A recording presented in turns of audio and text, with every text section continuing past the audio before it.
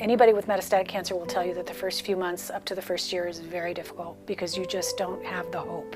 I live from scan to scan, and it's not a good way to live. Sometimes I have a lot of headache, my body hurts, migraines, hot flashes, then I'm cold, then I'm hot. My body was changing in ways I was not understanding and had no control over. Chronic diarrhea that comes on like urgently, it's no planning, and you get these severe stomach cramps.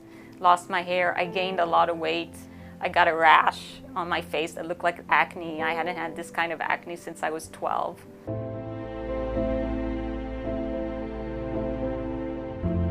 Once it became metastasized to the liver and it was discovered that the anti-hormonals weren't going to work anymore, we also discovered that I had damage to my femur. I wasn't able to put any weight on my leg whatsoever. It's a very painful surgery and a painful thing to go through. There's a titanium rod in the middle of it. They called me and let me know, hey, your L5 broke. I was like, so how did it break? And he's like, well, that's the thing. So your cancer is back. It's in my spine all the way up, like each one. It was in my sternum, it was in my collarbone, it was my lymph nodes in my neck. We're looking at 12 to 24 months. The chin to waist back brace.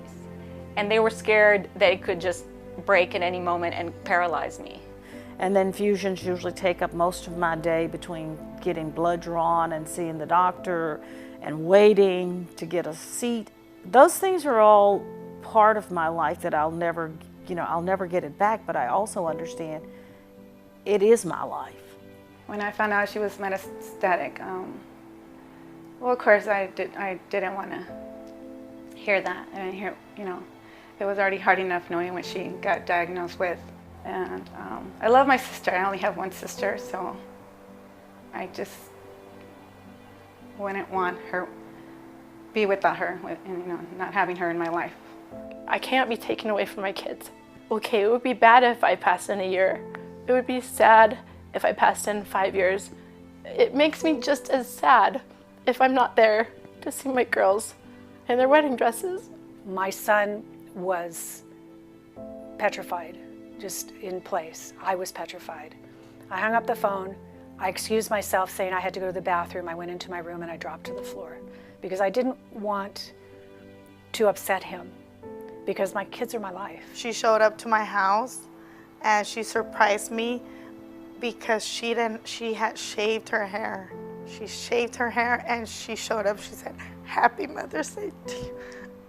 One day she told me, "You know what hurts me the most is my hair." She said, "Not so much that I have breast cancer, because at least, after the mastectomy, I could just cover myself up and I feel normal. But without my hair, I don't."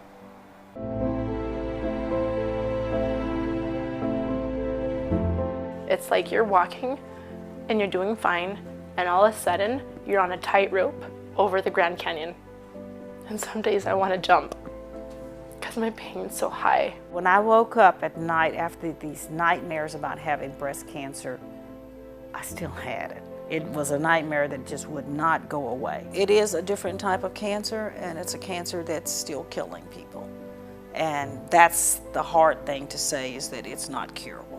I think it definitely takes a village to help someone get through breast cancer or live with it, because it doesn't just end, it continues. It's the hardest thing that a person, I've been through so much, but it is so hard to live every single day. It's hard to do what I need to do to be a good mom, a wife. It's just hard to be alive. We need people out there shouting it from the rooftop. We need more studies. We need more dollars for research.